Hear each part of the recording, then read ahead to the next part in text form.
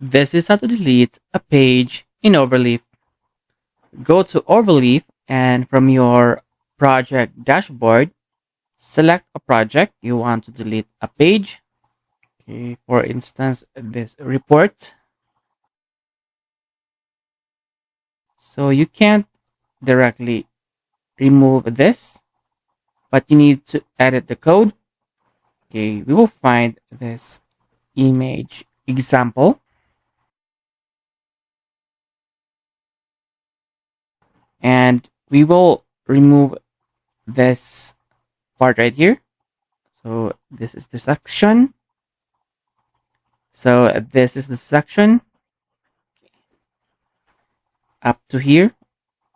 And just remove it.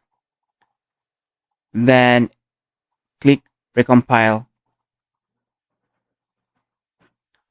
And the page has been removed. You can also use visual. Let's undo. And let's recompile. So the second page is back. We'll go to visual. Then from here, image example up to thank you for reading. We'll remove that and just recompile. And the second page has been removed.